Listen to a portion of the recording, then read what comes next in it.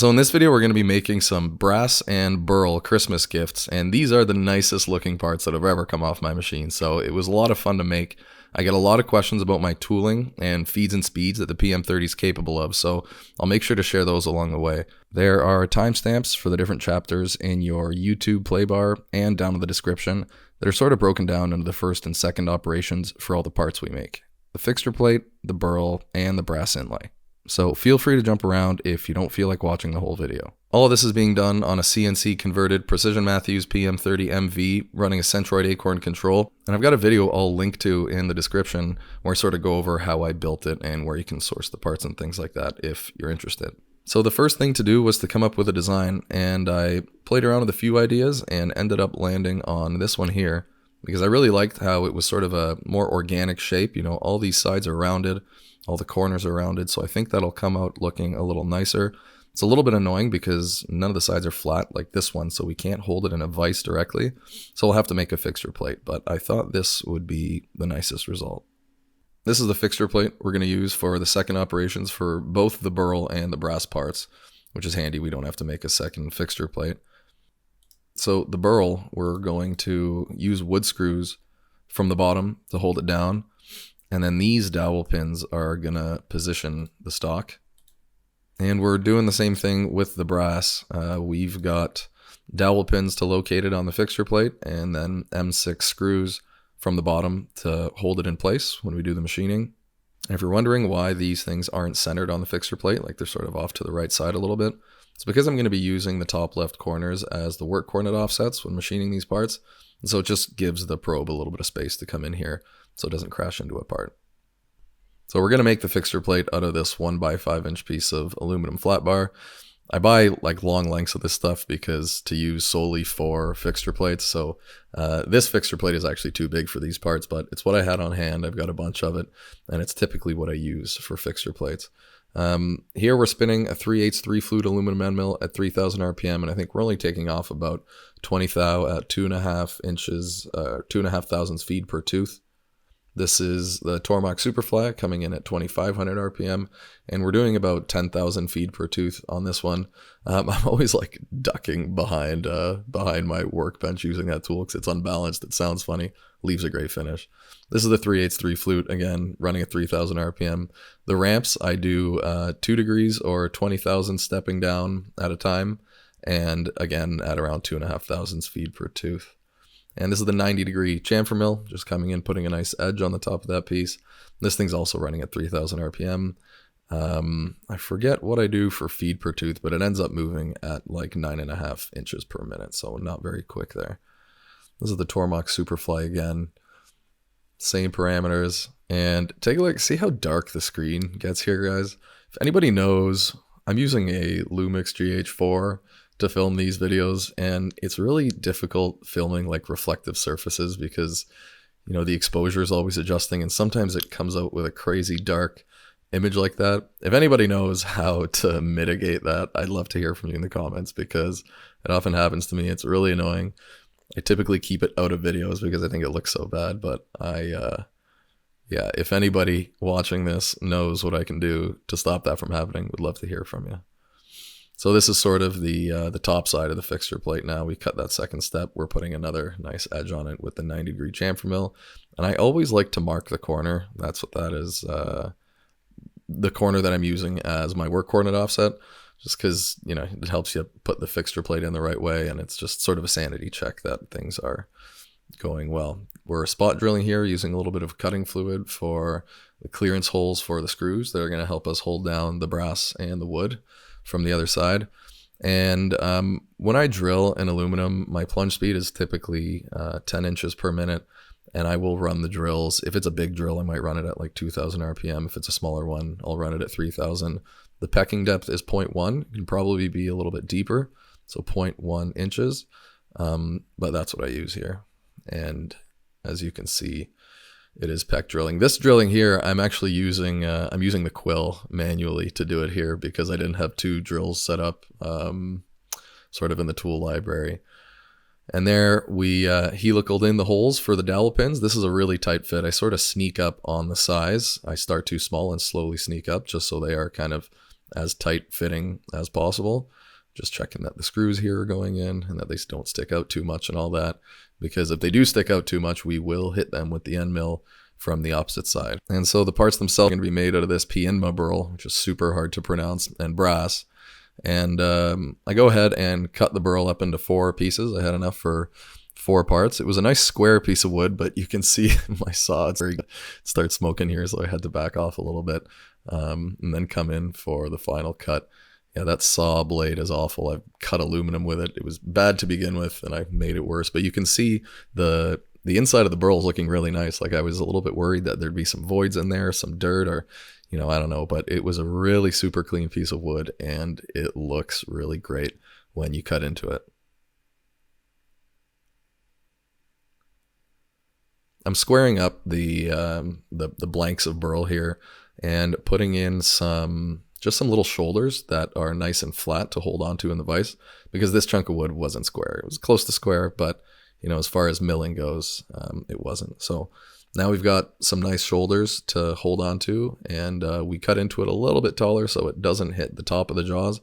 There's some clearance there that you can see, but we can hold it nice and snug now.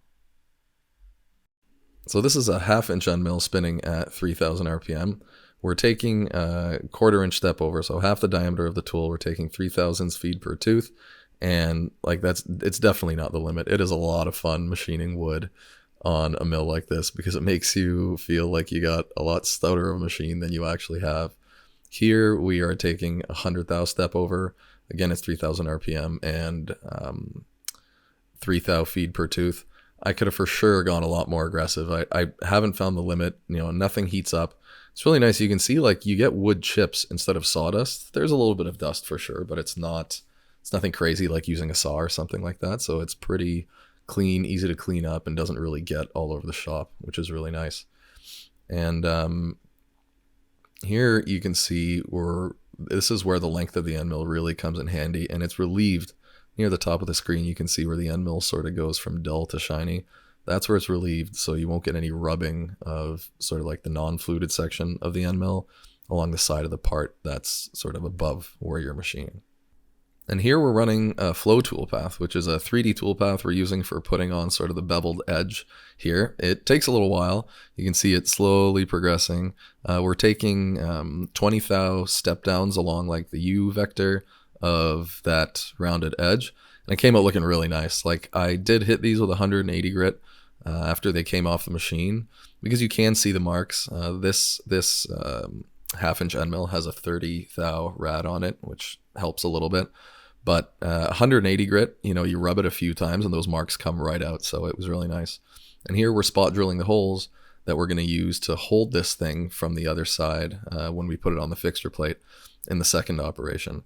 For drilling wood, I'm also using 0.1 of an inch peck depth, which I for sure could have gone way more. I could have probably hit it all in one shot. You know, as I'm programming these parts, keeping in mind that most things I do are in aluminum, I'm definitely trying to ramp up the sort of aggressiveness of the feeds and speeds. But with wood and certain plastics, there's no amount of aggressiveness that I've been able to sort of achieve where I run the program and I think, oh wow, you know, I better back off that next time. It's always, you know, I can do more. I should have gone deeper. I should have gone a bigger step over, more feed per tooth or something. So I don't really make big production runs, so I don't get that much time to try to optimize the tool paths. But this wood machines beautifully, and there's sort of no amount of aggressiveness that I found to be too much. These are all the tools that I use in aluminum as well. These ones specifically that are cutting wood, I've had for a while. They're a little bit duller because I don't think cutting wood is going to do any favors to the cutting edges. Let me know if you guys have an opinion on that. You know, cutting like fibers and things, I think generally wears end mills more than actually cutting metals, which is sort of surprising. But these are all sort of older end mills that I've had for a while that don't leave the greatest finish in aluminum anymore. And here are the dowel pin holes again. I like to sneak up on them, make sure they're extra tight so that they fit perfectly with the fixture plate. Here we're just coming in and chamfering these holes a little bit with the same tool we used on the aluminum. It's the 90 degree 3/8 2 flute chamfer mill. And it came off the machine looking pretty nice.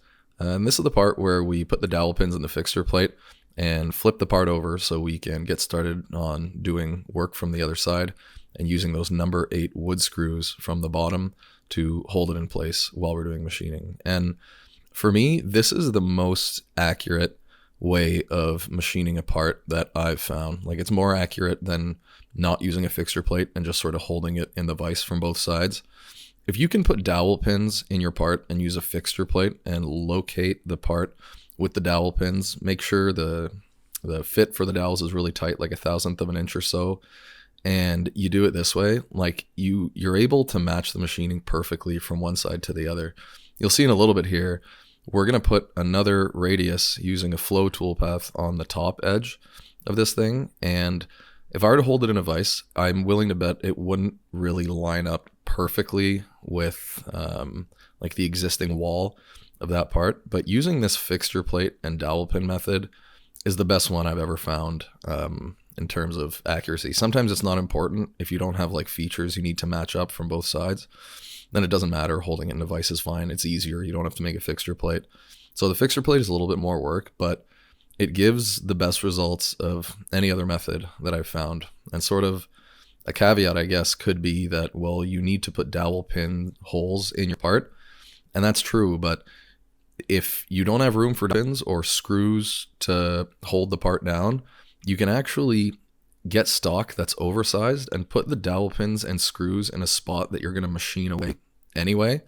And you can use window machining. So as you get sort of to the finishing stages of your part in the second operation, you use little tabs in the material that you break the part away when it's off the machine. I hope that makes some sense. But here's that 3D machining strategy, the flow strategy, and we're putting the beveled edge on the top corner, and you can see how perfectly it lines up, and that's because we're using the fixture plate and dowel pin method. I love it. I try to use it for everything because it's just that good. So this again here is the 1/2 inch 3-flute aluminum end mill, and when you hear me say aluminum end mill, these are all solid carbide end mills. Just when I say aluminum, I mean these are end mills intended for aluminum. So as far as I can tell, 3 flutes and uncoated end mills, and I'm sure there's all kinds of things with like helix angle and cutting angle and all that.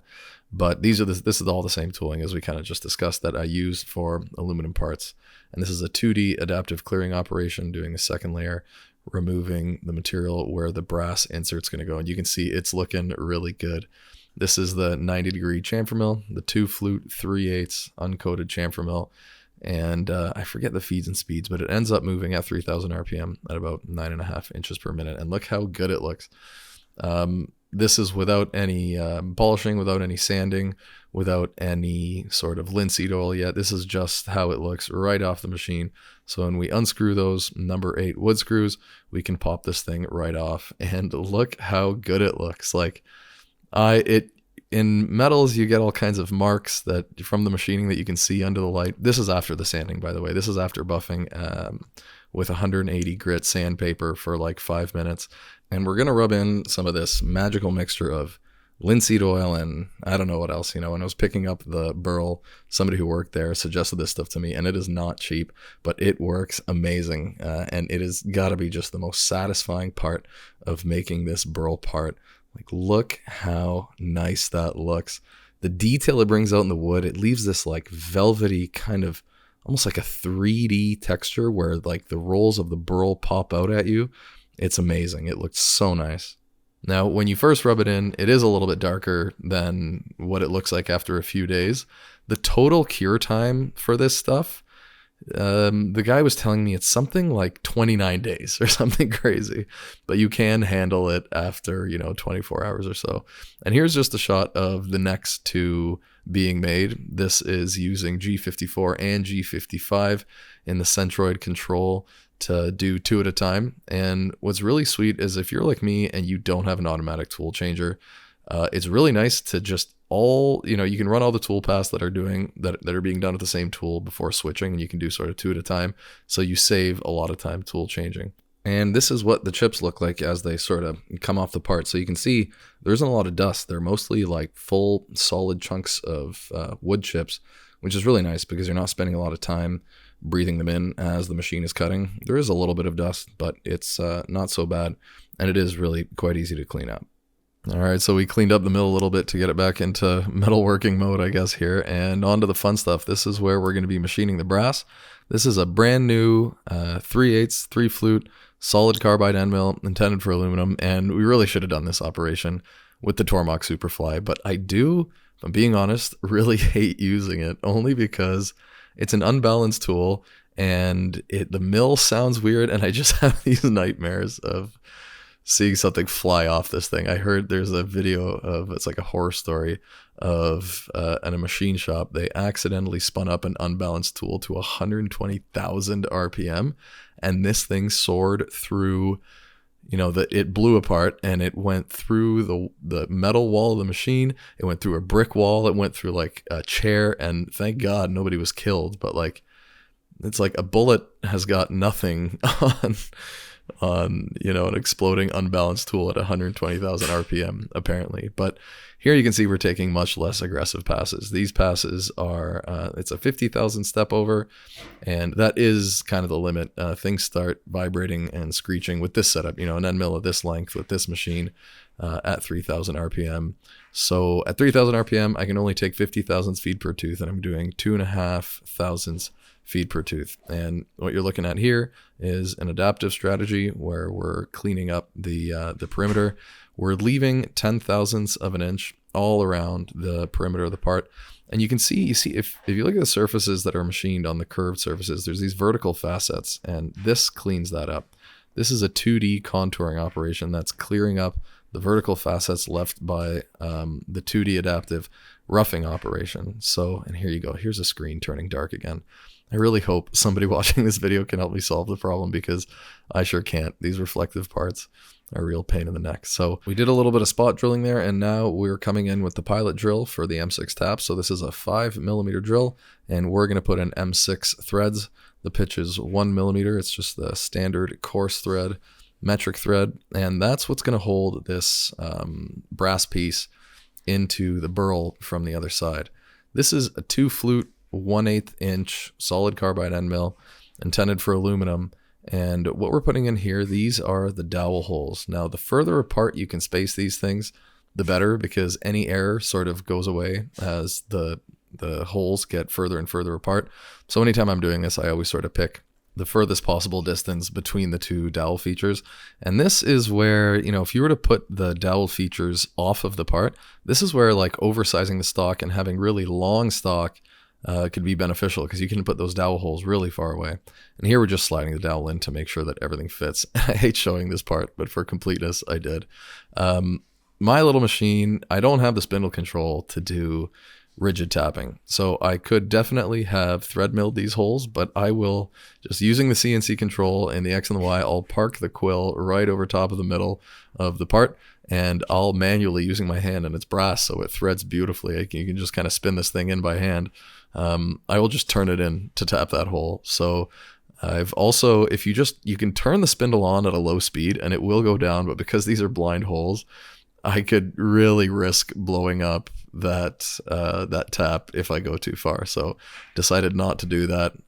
I had 3 of these parts to make, and I was shooting for success here. So I just use my hand, or this wrench, to put in those threads, and it works really great. You don't have to use a lot of cutting fluid with bronze, because it just machines so nicely. So this is the part where we flip the brass piece over and we put it on the same dowel pins that we used in the burl part, and we hold it in from the bottom with the M6 socket head cap screws. And for this operation, I did decide to use the Tormach Superfly, because this is the part of the brass insert where you're going to see the surface. So nothing gets a nicer surface finish than the Tormach Superfly. And so I did use it here. Look how nice that is. It is way nicer than any sort of smaller end mill you can use with step overs. Coming in with that 3/8 3-flute aluminum end mill, but I had to stop the program here because I was taking too big of a step over. It's running at 3,000 RPM, 2,500 feet per tooth, and I was trying to take a 75,000th step over. which is too big, even though it's not, there's only a 1/4 inch of depth there. And you can see I'm sort of making the end mill stubbier by reaching past the bottom surface, but it was chattering quite a bit. It's a brand new end mill, so I'd like to baby it, and I slowed it down. And here we're coming in with that 2D contour, cleaning up the vertical facets. Look how nice that surface finish is. Cleaning up the vertical facets left by the 2D adaptive clearing operation. So here we're moving into the first 3D adaptive clearing operation. It's really similar to the 2D adaptive clearing operation, except that when it comes up against a tapered wall, which is what we have inside the brass piece here, it leaves sort of a staircase, and you can define the parameters of that staircase inside the toolpath. In our case, we're going to go 40 thousandths. You'll see what I mean shortly here against the tapered walls, but you get to define the parameters of that wall, sort of the resolution of the staircase. And it all depends on what your next toolpath is going to be. So for us, we're moving into a finishing toolpath with a 1/4 inch end mill. And so I didn't want to leave too much material. I also don't machine in brass, or I don't do a lot of 3D machining generally. And so I kept it fine. I'm sure I could have gone more.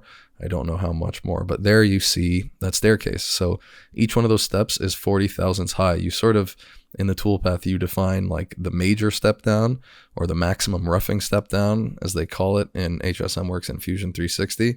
And that's the depth you're seeing right now. So that's a depth of 400 thousandths. And then the finer steps that you see on the wall are 40 thousandths. So the machine sort of clears out as much as it can at the 400 thousandths depth, which is what you see there. And then it moves into the smaller staircase steps and works its way up the part, which is what you see here. And here we have the 3D radial toolpath. And so everything you see sort of to the left of the end mill is that staircase that we left from the previous operation. And everything to the right of the end mill is the surface finish left by this radial toolpath. And so it always does the same thing. It either moves from a center point to the outside, or from the outside to the center point, but it's a toolpath that always converges at one point. And in this case, I decided to use it because I thought it would leave a really cool wall finish. And look how nice that looks. It's sort of, you're sort of using the machining marks to like add to the look of the piece, which I think is really cool. I noticed a lot of good machinists on Instagram will leave sort of intentional marks on like the floors of their parts with like a little ball mill or something, and it looks really cool. So that's what I'm trying to do here. And this is the tail end where we've almost moved all the way back. And with this toolpath, you don't get to choose a step over in inches or like in thousandths.